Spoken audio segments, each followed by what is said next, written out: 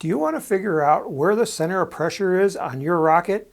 That's what I'm going to cover after this short announcement. Welcome to Advanced Construction Videos, where we show you how to tackle rocketry building techniques and more. On our website, we sell kits, motors, building supplies, and electronics. So come and learn, shop, build, and fly when you visit us at apogeerockets.com. Hi, I'm Tim Van Milligan from Apogee Components. Today I want to talk about center of pressure and stability. Now, a lot of people ask us, what is center of pressure and how do you find it?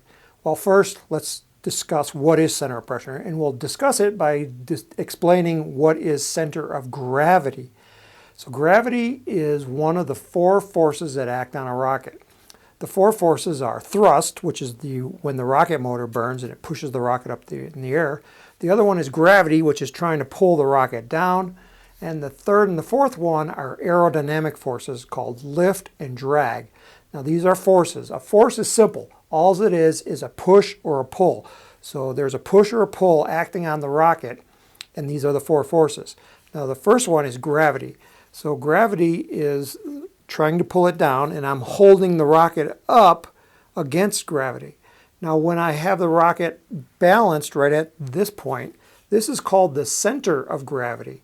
Now the center of gravity is where there's as much force on this side as on this side, so they're balanced out.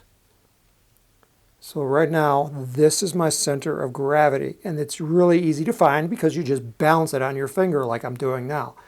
Now the center of pressure is a little bit different. It occurs only when there's air moving over the rocket, because the air flowing over the rocket causes forces. And the two forces, again, are lift and drag. Now, as the rocket goes up, and if it starts doing this, that means it's at an angle of attack, and then you get a lift force on this side of the fin that pulls the rocket back up like that.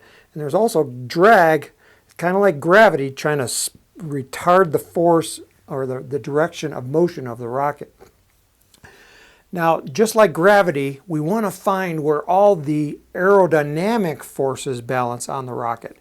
And so to do this, we need the rocket moving, but the rocket is not moving. But there is one way to do this, and that's by going into a wind tunnel. And let me show you what a wind tunnel will look like and how you use a wind tunnel to figure out where the center of pressure is on the rocket. So this is the Apogee wind tunnel. This is my cardboard wind tunnel. As you can see, it's pretty simple. Here on the back, I've got a regular box fan, and it's just built into a cone shape to try to squeeze the air. By doing that, by squeezing the air, it straightens it out. And then on this end, we have a series of tubes to try to make sure that the air coming through there is nice and straight. And we're going to use this to determine the center of pressure on a rocket. Now this is probably the most accurate way to determine the center of pressure, but this wind tunnel is too small, so we're only going to get an approximate method right here. So I built this little fixture, and it's to hold the rocket and allow it to spin. By putting it right on the rocket, I negate gravity, so I'm holding it up against gravity, and that's the purpose of this thing right here. And the little points right here allow it to rotate. Now a real rocket will always rotate about the center of gravity, so what I'm doing is I'm forcing the center of gravity right here. And if I turn on the wind tunnel, if the rocket points into the airstream, that tells me nothing. But I'll show you that it does work. So let me turn this on.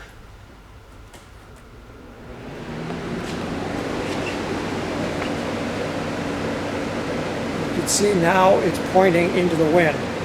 So now when I'm at the center of pressure, what's actually going to happen is if I have the rocket sideways, the rocket will stay sideways, which means there's just as much airflow hitting it on this side as on this side, and that's the definition of center of pressure. So to find it, I would move the pivot point back to where I think the center of pressure might be.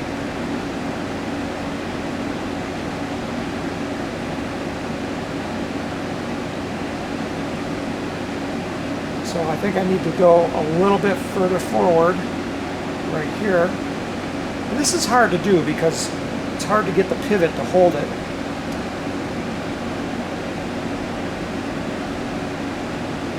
So now the rocket is pretty much horizontal, which means there's much force pushing here as pushing here.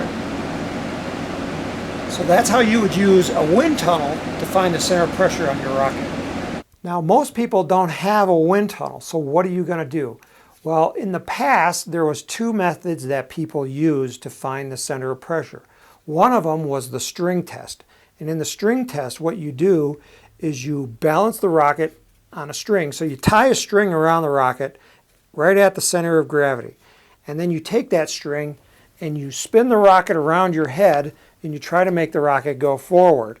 And if the rocket flies in a straight line, that would say that the rocket is stable. It doesn't really tell you where your center of pressure is, but it will at least tell you if the rocket is stable and safe to fly. The unfortunate thing is that often the string is too short. So the rocket is not really pointing into the air stream like you want it. So the string test is really not a good representation of determining if your rocket is actually stable. So the other method that they used prior to 1965 was the cardboard cutout method. And in this method, what they would do is take a silhouette of the rocket. So you imagine a light shining on the rocket onto a piece of paper, and then they would trace the silhouette of the rocket on the paper. Then they would take that cardboard and then they would cut it out all around that silhouette. So they just had a silhouette of the rocket. And then they would balance that on their finger like they would the center of gravity. And they would assume that you'd had just as much force on one side as the other. The unfortunate thing was that this was a very conservative method. And what it happens is it actually puts the center of pressure too far forward. And so what does that mean, it's too far forward? Well, for a rocket to be stable, you need the center of gravity ahead of the center of pressure. So if the center of gravity is here, the center of pressure must be behind it for a rocket to be stable. And that is the definition of a stable rocket, if the center of gravity is in front of the center of pressure. So in the cardboard cutout method, if the center of pressure was too far forward than the center of gravity, now you're not really sure if your rocket is safe to fly. So the only option you had was to put nose weight inside the rocket to move the center of gravity forward. So you would take off the nose, pull it apart, and shove clay into it, which still works to this day. And that's one of the ways you fix a rocket that has stability problems. The cardboard cutout method is overly conservative. So in 1965, somewhere around there, Jim Barrowman came up with a set of equations to calculate mathematically where the center of pressure really is on the rocket. And these equations are still used today. And if you'd like to find the original equations, you can come to the Apogee website and you go to the search bar at the top and just type in Jim Barrowman center of pressure calculations, and you'll find it. And we'll also link to it here on this video. Now the equations are very long, and you might only do them once. After that you say, man, this is a lot of work. So what we use today, instead of doing it longhand, we use a computer like everything else. And using a computer simplifies it so much. That's really the only way to find the center of pressure of a rocket that's really complex, like this one right here. Now we use RockSim here at Apogee Components, and you can buy this software from us. But there's other versions of the Barrowman equations in other programs. So if you don't want to use RockSim, at least use something. Please use something, because it's the best way to find where the actual center of pressure is. And so when you use it, it's going to give you a really good location on that center of pressure of your rocket. So I'm telling you now, just get the software. It's cheap compared to doing anything else. And it's easy to use. Trust me, it's easy to use. We have a whole series of videos like this one right here that walk you through how to use the software so you can design your own rockets. So now another simple question that you might have is, okay, I want to just take a kit and I want to modify it. And I encourage that. We do encourage people to modify kits. But there are some simple rules if you don't use the software on what you should do when you're modifying a kit. So remember, you can always move the center of gravity forward. So how do you do that? Well, one of them I already explained, putting more mass in the nose cone.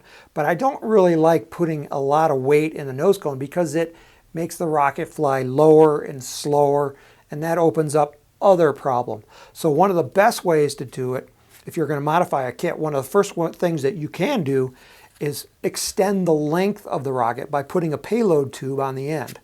So if I put this tube right here, it makes the rocket longer, moves the center of gravity forward. So you can always, always, always add a payload to the rocket and put, electronics in it, and that always moves the center of gravity forward, makes the rocket more stable. So always use that as your first option. The other thing you can do is to sweep the fins. Now, what does sweeping the fins mean? Well, it means like taking a fin and then just cranking it backwards. So this is a straight fin. These right here are swept backwards. So by sweeping it backwards, we're actually moving the center of pressure rearward. And so we're separating the distance between the center of gravity and the center of pressure by sweeping it rearward. Also, move the fins further back on the rocket. Like this tube right here, I got a little bit of extra. I can move those fins just a little bit more. That always helps. Another thing you can do is add more fin area. Make your fins bigger. And like this one right here, I've got more fin area in the back end. Again, that moves the center of pressure further rearward on the rocket, making the rocket more stable. So those are great things that you can do if you're modifying your rocket for the first time. And if you're going to do anything crazy like adding fins forward or adding tubes to the outside, get the software, because that's really going to help, and that's really the only way to do it. So I hope this video has helped you. My name is Tim Van Milligan. At the end of this video, you're going to find other videos that are linked to this, and I'm sure you're going to enjoy those too. So may the winds be light, may the skies be blue, and may all your rockets fly straight and true.